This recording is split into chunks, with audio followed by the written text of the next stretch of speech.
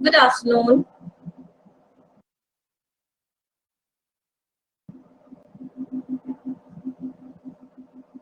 I'm audible to you?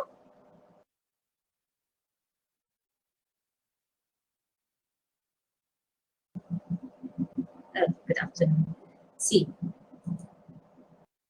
screen is visible to you? Very good. So today we are going to do sustainable management of natural resources. About this chapter you are asking me now?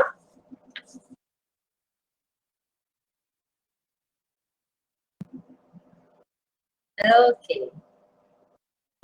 So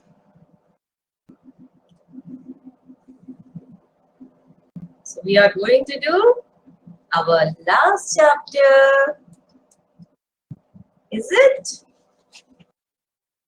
Last biology chapter.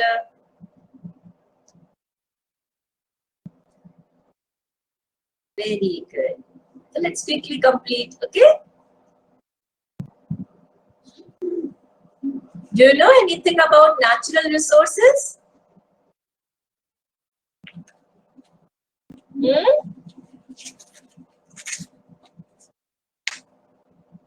Very good. So,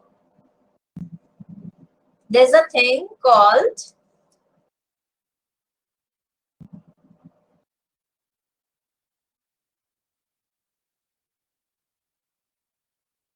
natural resource management.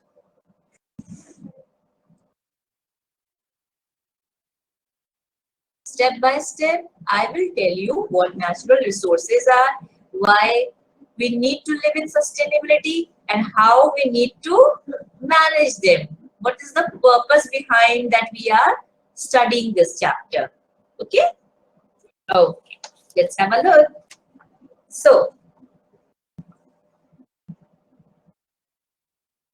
acha, we always want to live with harmony in, you know, we want to be as a human being, it's our responsibility to live with harmony in nature. So the main purpose behind this is harmony. We should live in peace.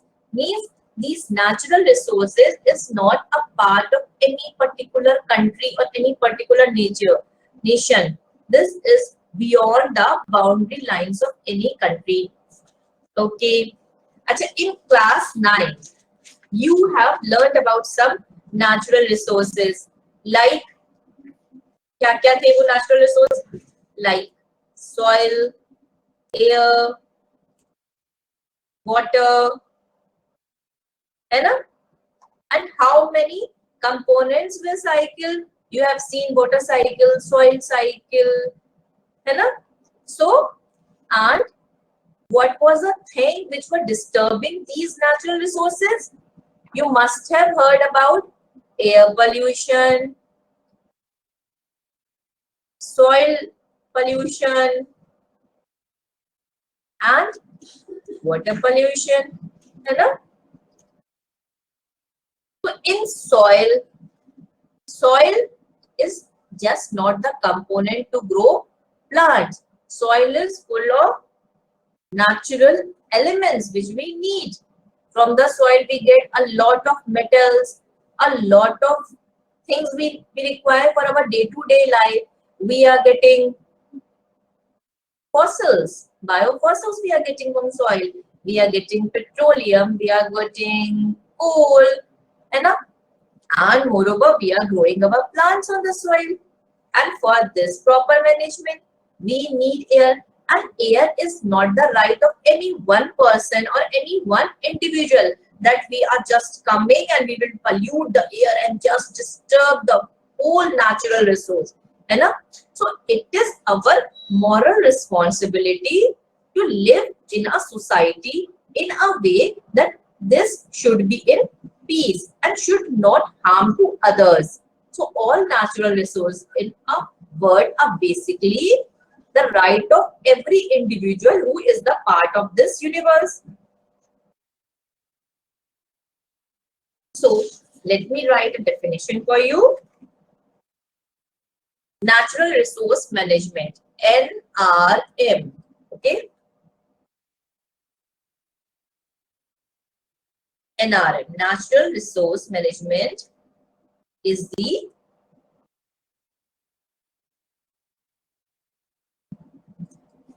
management of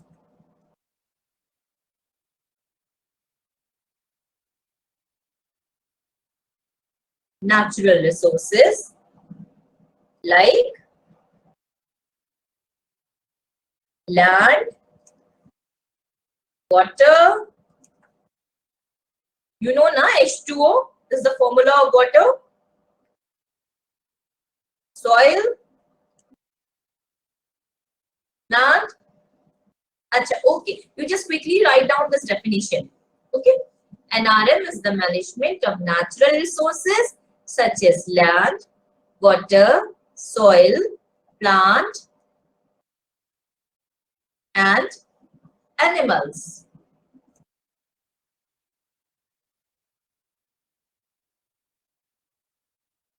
With a particular focus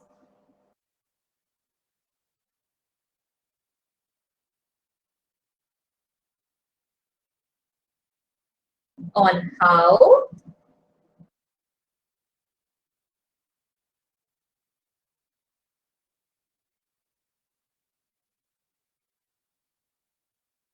management affects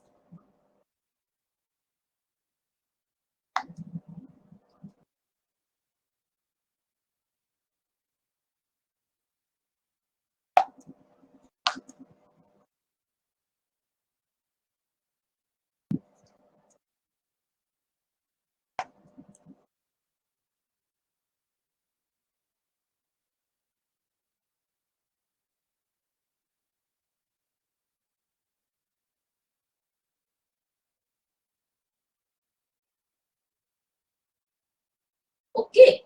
So this NRN basically is the management of natural resources. वो natural resources क्या है? Those natural resources are land, water, soil, plant, and animals. And in this management, we have a focus on what? On how this management affects the quality of life of both present and the future generation.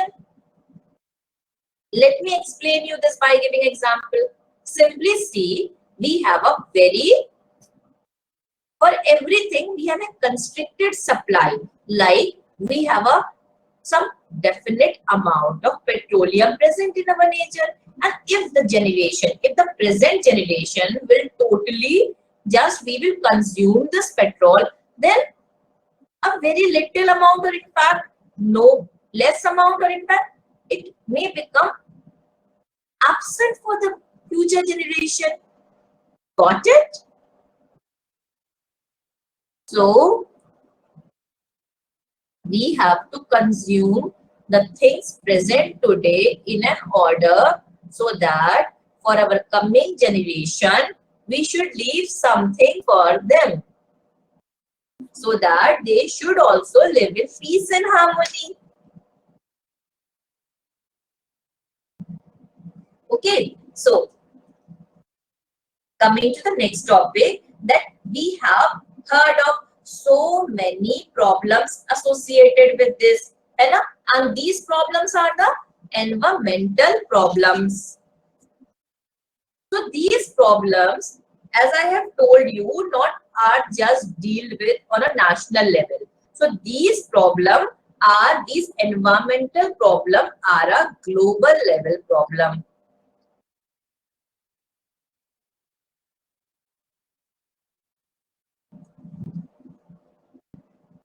So what is this? So, and we feel helpless when this problem is global level problem. We feel helpless to bring any change on just as a being an individual. So for this, there are some international laws and regulations, and then there are our own national laws also, which act as on environment protection.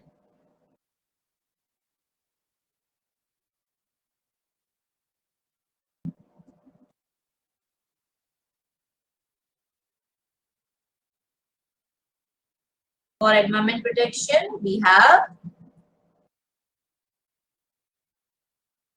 international as well as national laws.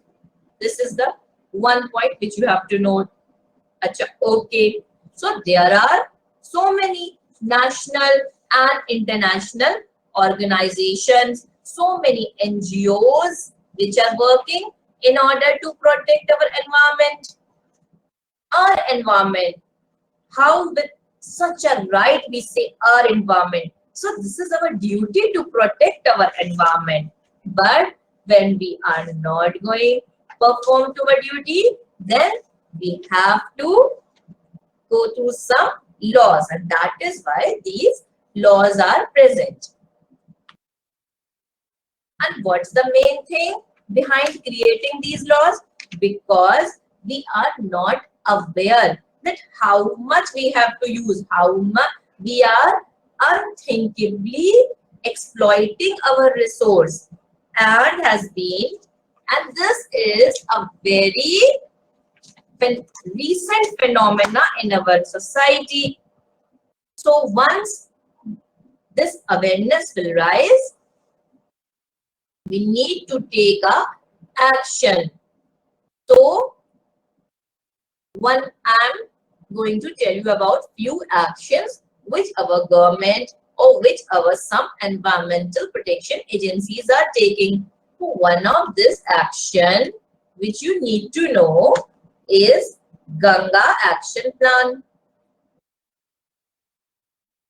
You must have heard of the river Ganges which flows in India. So there is a Ganga Action Plan. So this is a multi-crore project, and this started in 1985.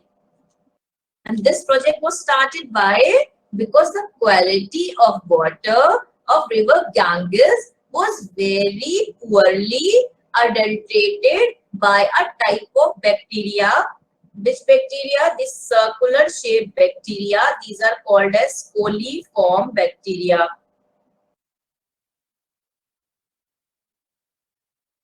So these coli, and how this river was being adulterated by this coliform bacteria? Since coliform are, for example, E. coli, you will get to know about this when you will come in your higher classes or when you will prepare for your NEET.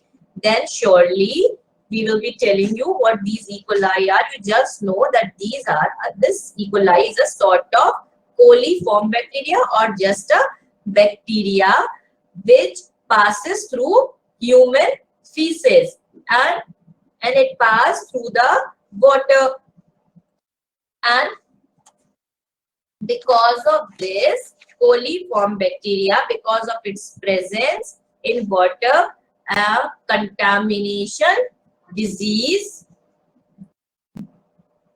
was passing on, and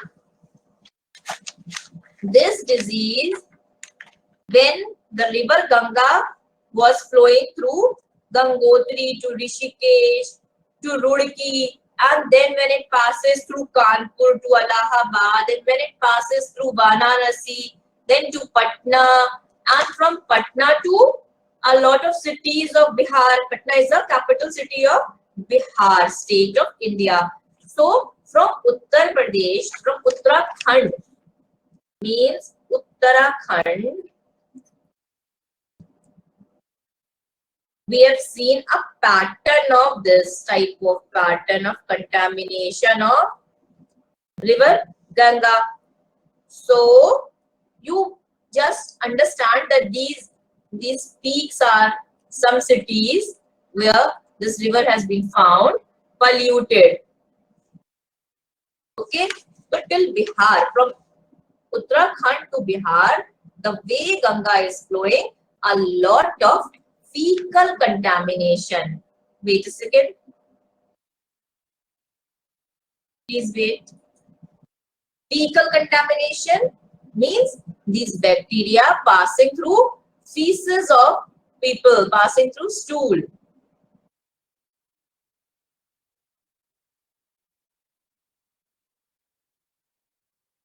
So it causes disease. So these are the disease causing bacteria. Okay. Then after this Ganga action plan, the pollution, this started in 1985, but there's a lot of pollution still in the river Ganga. Let me tell you more about the Ganges or holy Ganges. So the river Ganga, it runs for a course of 2500 kilometers from Gangotri region of Himalayas. That is where I was telling you about Uttarakhand. Gangotri, and from Gangotri it flows till it just dropped down in Bay of Bengal. So this whole is a stretch of about 2500 kilometer, means 2500 kilometer. So it is just being from a river, this holy Ganges is being turned into drain.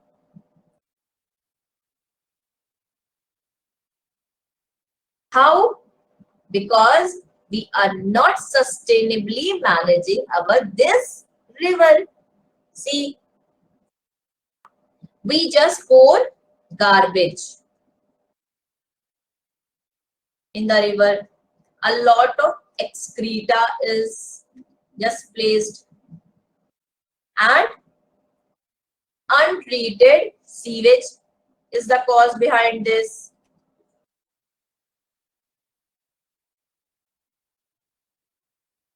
And what? In addition, think of the pollution which humans do, like bathing, washing clothes, washing utensils, you know, and immersion of unburnt bodies, unburnt corpses, and ashes. So, and of course, a lot of industrial pollution,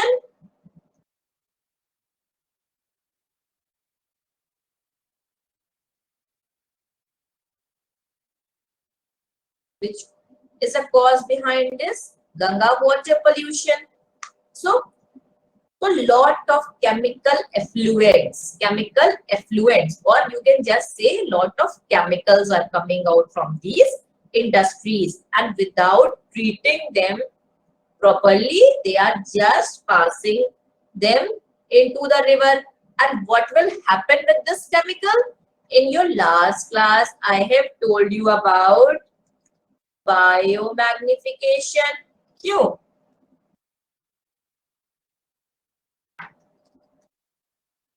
This chemical in turn from the river will just get biomagnified by fishes.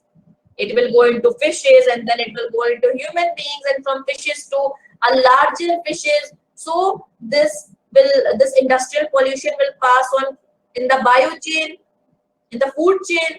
So biomagnification will occur, and moreover, if the chemicals which they are just flowing in the river Ganga are not biodegradable, then of course biomagnification will take place, and some of the chemicals can be carcinogenic, some can cause cancer, some can cause allergy. So a lot of health issues are also associated behind our Ganga river turning into drain. Chalo. Okay. Then let's again write some program. This is one of the programs started by the government of India. It is Namami Gange program. You just quickly write down.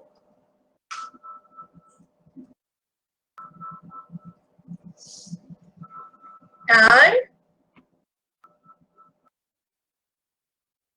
in June 2014. So this program was launched to accomplish the twin objectives of effective abatement of pollution, conservation and rejuvenation of river Ganga. And it's one more wing, the National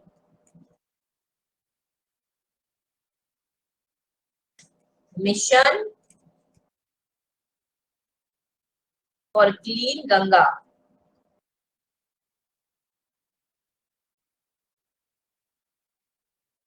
This is an implementation wing of this program, which was set up in October 2016. So this was the story behind the Ganga pollution.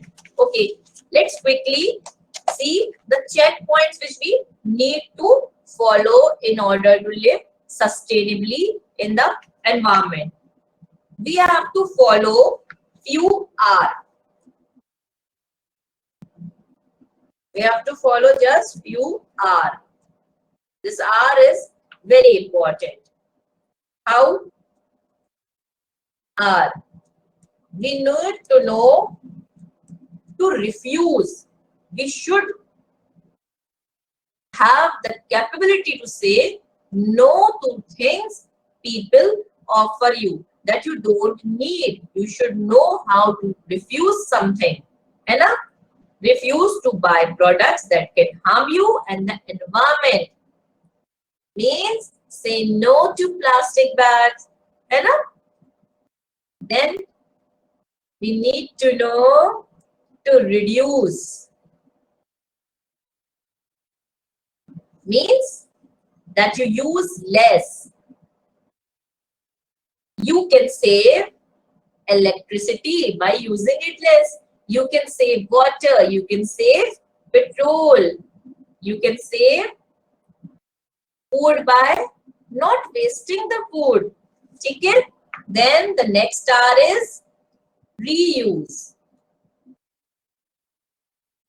Next R is reuse. We should know how to reuse things. And we should know how to recycle things. And we should know how to use some plastic bottles. We can use them as planters. And we can use to pick them for storing things in our kitchen. Or either we can recycle them in the form of roads and something like this. We should know the repurpose. So these three R's are basically interrelated: reuse, recycle, repurpose. But this R is reduce and this is refuse. Repurpose. How can we do this? For example, cracked crockery or cups with broken handles can be used to grow again as a planter, or they can be repurposed as a use for feeding vessels for birds, dogs, something. Means a chain of recycle. Refuse, reduce, recycle. These are the three R which we should know and follow in our life. So, while making our everyday choices, we should make our environment friendly decisions. We need to know more about how our choices affect our environment. So, the concept of sustainable development, this encourages the form of growth that meet current basic human needs while preserving the resource for the needs of future generations. The definition which I have written in the beginning of our class. So, natural resources, our natural resources are finite.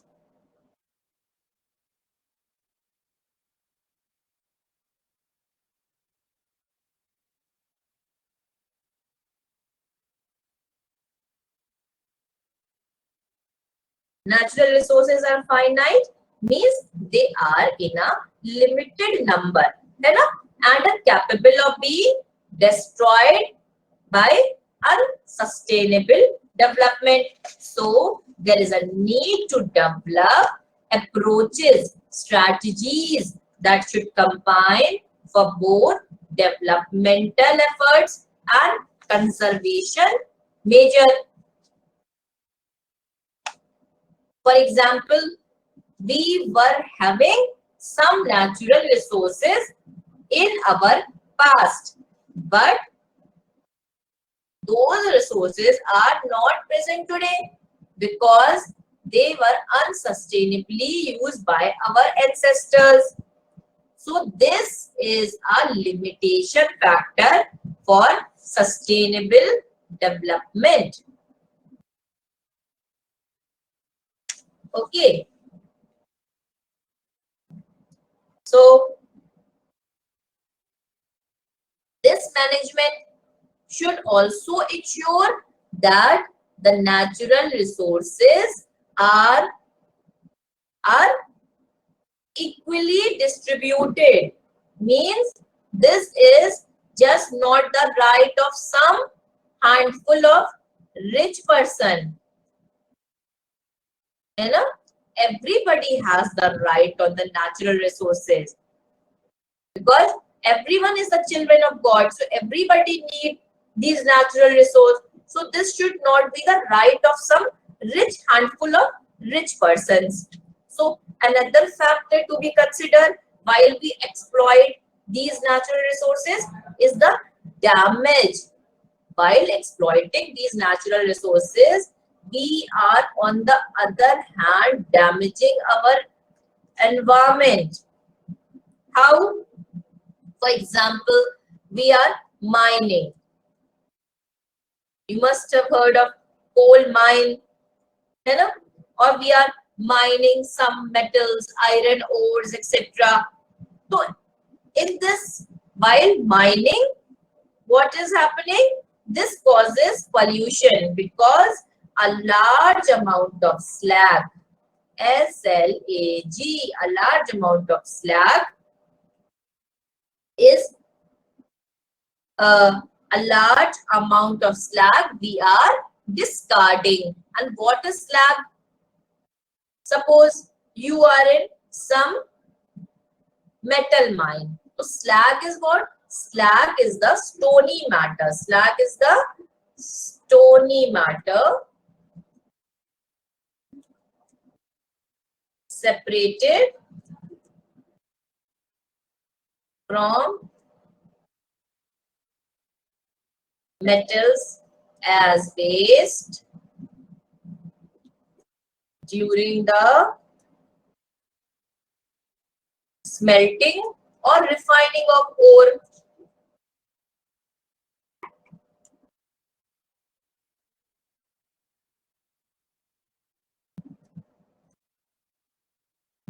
So sustainable natural resource management demands that we plan for the safe disposal of these waste tubes. Then next thing, so till now, you understand? Clear to you? Okay. So there is a great diversity of life. You know, we have a good biodiversity.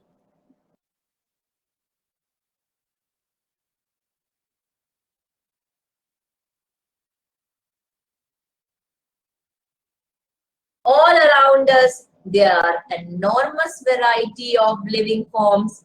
है ना? Biodiversity refers to our living plants, bacteria, human, animals. Means we are talking about the flora and we are talking about the fauna. All plant materials come under flora. All animal comes under fauna. All plant life is flora. All animal life forms depends on flora for food because flora is autotrophic in nature and fauna is heterotrophic in nature. Okay.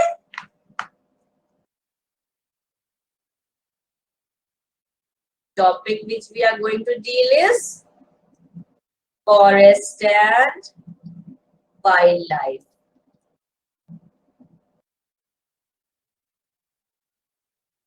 So, these forests are the biodiversity hot spots. Biodiversity hot spots means one measure of the biodiversity of an area is the number of species found there. However, the range of different life forms like bacteria, fungi, ferns, lower plants, the nematodes, the insects, the birds, reptiles, and so on found is also important. So, one of the main aim of the conservation is to try and preserve the biodiversity we have inherited. And what the experiments which are being done, what are the field studies which they suggest that loss of diversity may lead to loss of ecological sustainability, ecological stability. So, acha, come to the point that we all are using forest produce, है ना? We all are using forest produce, but our dependency on this produce is different. Everybody has a different dependency on the forest product. Some of us have access to alternatives and some don't have. So when we consider the conservation of forest, we need to look at the stakeholders. अच्छा, stakeholders क्या होता है?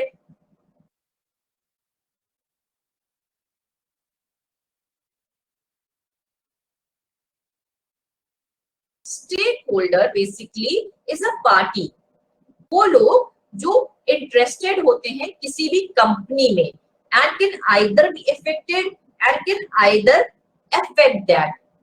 जैसे हम सब are, we all are stakeholders. Either we are being having some good from the forest or either we are doing some bad to the forest. So let's check the different stakeholders. So the people who are living around the forest, they depend on the forest, है ना?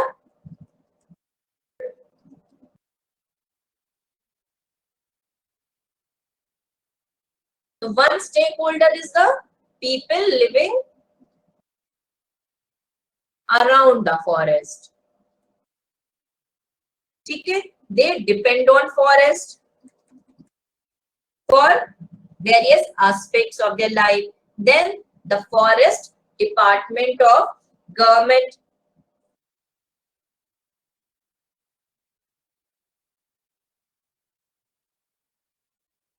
which owns the land. The forest land actually belongs to government, na? Then the third stakeholder are the industrialists.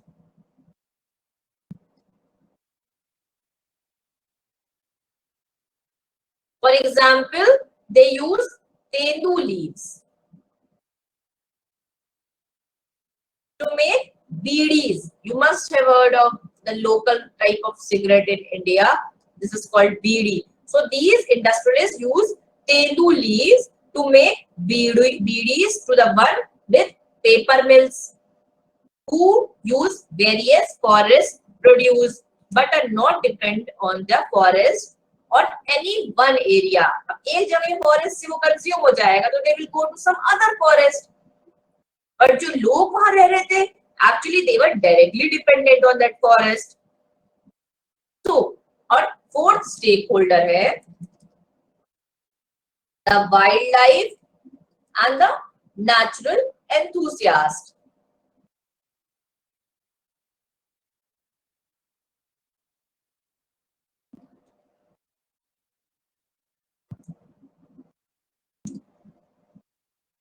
Who want to conserve nature in its pristine form. We are using timber, we are using so much of the forest. Let's check each. Okay, so local people need firewood, they need timber, they need thatch, they need bamboo for making slats or huts and baskets. Acha, they need to implement this for their agriculture, fishing, hunting. They need wood for this. Acha, okay. Then what happened that the industrialists are using a lot from the forest. And what happens from the British rule, they took control of the forest, which they exploited ruthlessly for their own purpose. These people were forced to depend on much smaller area and forest resources started becoming overexploited to some extent. And in order that they have grown the monoculture of pine, because pine wood is good.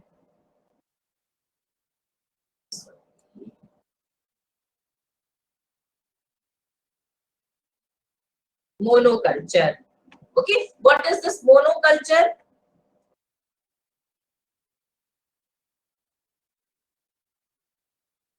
Cultivation of a only crop in a given area. तो ये monoculture की वजह से क्या हुआ? For our फायदा, for our benefit, we are growing the monoculture of pines, oak, deodars, because we will get good wood from them. But इससे जो वेरिएबिलिटी है फॉरेस्ट की, वो खत्म हो रही है. The diversity of that area is being lost because of this. अच्छा, industrialist also depend upon lac. Lac is basically an insect. It's produced by cutting the branches that hold this lac insect. Name क्या है? Caria lac, botanical name of this. So this is cultivated on which plants? Bear plant, thak plant, kusum. These are some Indian native names of the plant. Then hibiscus, like gulhad we called in India. So this lark insect basically grow on these plants, and in order to get that lark insect, in order to get the dye from that insect, we just ruthlessly kill the branches, kill the plant. Okay, so the forest is being lost. And what industrialists will do? But if this forest will get lost, then of course they are industrialists, they need money, they will go to some other area. And they are not going to, they are not on the side of some loss. But ultimately our natural resource is going on. So the generation coming after us is on a side of loss. Acha, okay, let me tell you about some people. There is a Bishnoi community.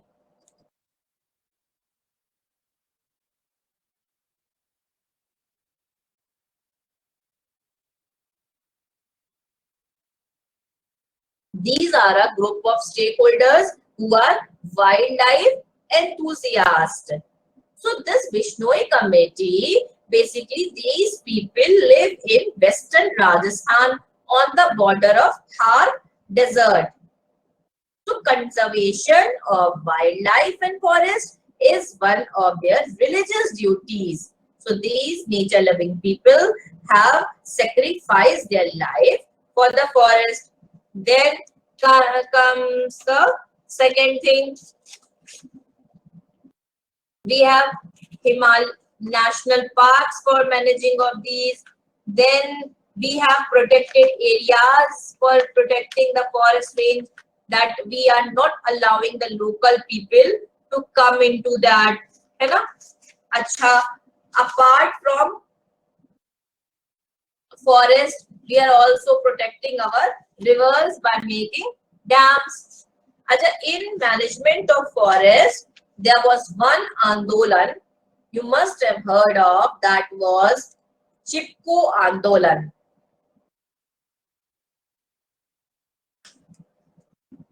This question can be asked to you, that what happened, some industrialists in that area where these people live, they used to come to cut the forest range there. This happened basically in a remote village of Uttarakhand, the rainy village, Uttarakhand, the Garhwal area. So the Chipko Andolan was that when the men of that society were outside of their house, the women used to hug the tree. So that in order to cut the tree, you have to cut ourselves, they said. So these brave ladies, they started the Chipko Andolan or the tree hug movement in early 1970. Achha, okay. Then next thing, there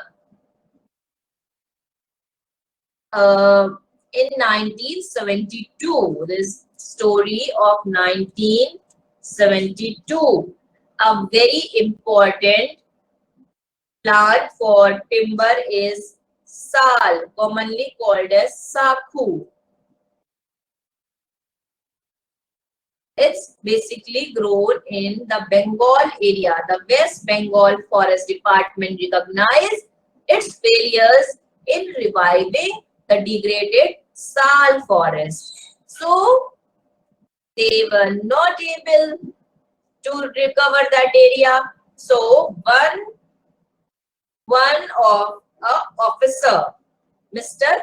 A.K. Banerjee, A.K. Banerjee, he asked villagers to support this movement, and this was the starter of beginning of Arabadi forest range of Midnapur district of Bengal. Of course, these villagers, in fact, they started a type of silviculture. What is the silviculture? Silviculture is the practice of controlling the growth, composition, structure, and the quality of the forest to meet values and needs significantly for the timber production. कि एक अच्छी quality का product produce हो.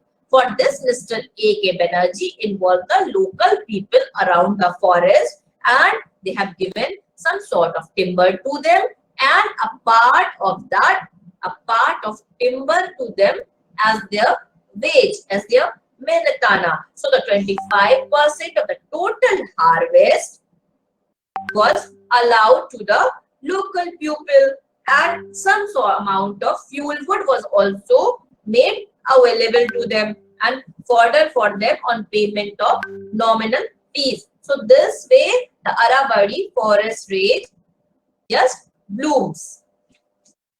Then come to the next topic. This all was about the forest. Then come to water for all. Water is also a natural resource. So for all the terrestrial life forms, all the land forms, they need water. So a study suggests that rainfall pattern, it does not reveal the whole truth about the water availability in various regions of India. That means most of the rain in India occurs in just 2 to 3 months of the year. Despite of this monsoon bounty, there are few areas which are still neglected from proper water. They are not getting water for drinking. Even they are not getting water for irrigation. So a lot of methods like dams, tanks, and canals have been used in various parts of India by local people and assured that the basic requirement of both agriculture and daily need were met throughout the year. In fact, the government has started a very big dams for producing electricity from water, but this was not going well with the local people there, because this will cause the water scarcity in their land area, in their farming area. So what they do in Himachal Pradesh, there is a concept of pools. What these pools are? They have a local system of canal irrigation from 400 years ago. So these water flowing in the stream diverted into man-made channels, and water flowing in these will come down, and this was through common agreement of the people residing there. So moreover, I have already told you the problems associated with the dams. And because of the Tehri Dam, which I was telling you, you must heard of the protest Narmada Bachao Andolan.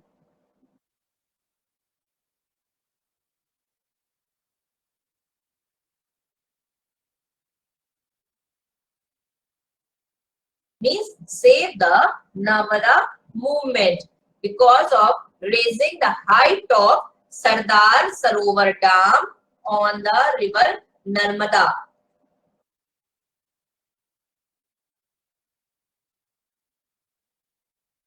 So these dams, the Sardar Sarovar Dam, the Stehri Dam basically are always criticized. These large dams are addressing three problems in particular. First problem, that social problem, because they displace large amount of peasants and tribals without adequate compensation or rehabilitation. Second is the economic problem, because they swallow up huge amount of public money without generating the proper benefit.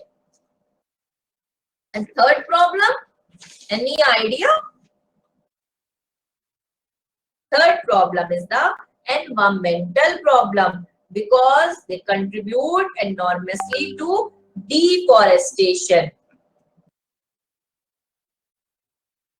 Deforestation, you know, is cutting off forest trees. And afforestation means growing up forest trees. So then comes water harvesting. So to get rid of these dams, people have measures like this pull and some water harvesting method. A traditional technology is helping India's waterman. In India, we have our own waterman. His name is Dr. Rajendra Singh.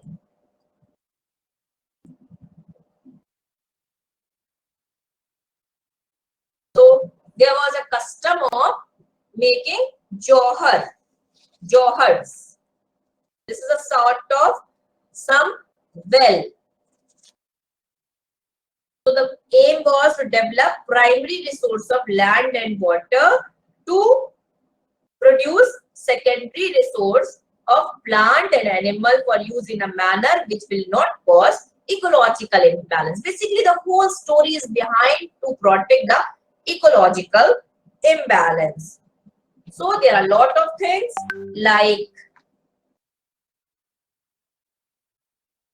khadans, tanks,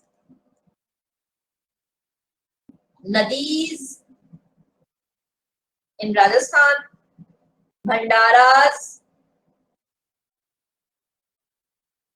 and tals in Maharashtra area, then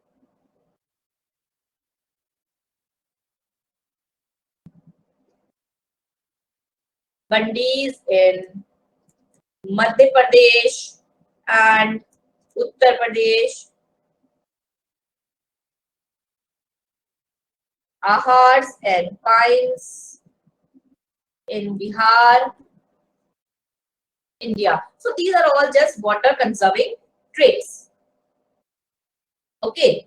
So in large level terrain, the water harvesting structure are mainly crescent shaped earthen embankments on low, straight concrete and rubble checked dams built across seasonable flooded gullies. The monsoon water will fill in these dams behind the structure, and only the largest structure will hold the water year round, and most of them will get dry up.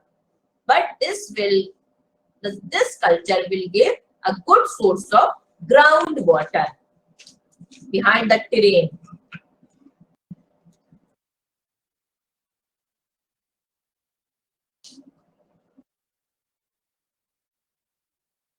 So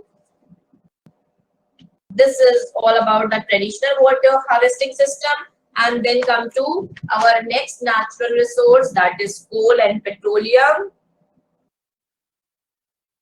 You are understanding the topic now?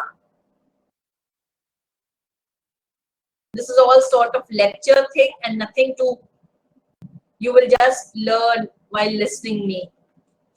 So coal, crude oil, timber, coal and crude oil, these are all our natural gas. And coal, crude oil, timber, these are all natural resource. Let's talk about coal and petroleum. They are all considered as fossil fuel. Why? Because they were formed from the fossilized buried remains of plants and animals that lived millions of years ago. So the management of these energy sources improves slightly different perspective from these resources discussed earlier. Coal and petroleum were formed from the biodegradation of biomass millions of years ago, and hence they are resources that we will exhaust in the future, no matter how carefully we use. So we should have some alternatives to look. Then we should need some alternatives. Then come, since coal and petroleum are formed from the biomass, in addition to carbon, They contain nitrogen, hydrogen, sulfur. So when they are burned, they produce large amount of carbon dioxide, water oxides, nitrogen oxides. So this will also create a pollution, air pollution problem. And moreover, we are burning a lot of carbon and just forming carbon dioxide, and we are losing our natural resource, carbon source. So we can use some different things to protect, some alternatives we should use. So this was all from your natural resource. So you got everything.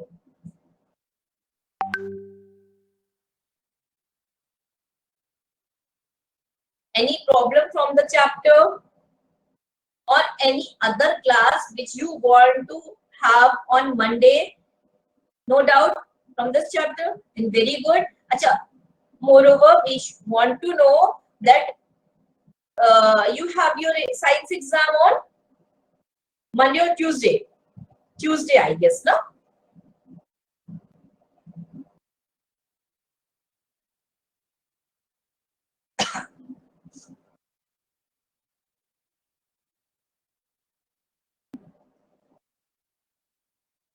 Acha, okay, on Wednesday. Very good. So, do you need any sort of revision class, revision on Monday or Tuesday, or you want to self-study? You need any other subject like physics, chemistry, anything, zoology, ma'am?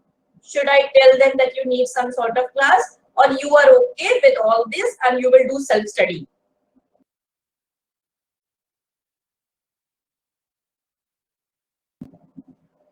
You are okay. You want to do self-study. Okay. Okay. Very good. Then very good. So, best of luck for your exam.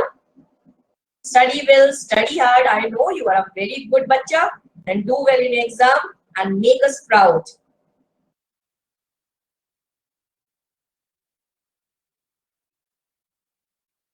Bye bye.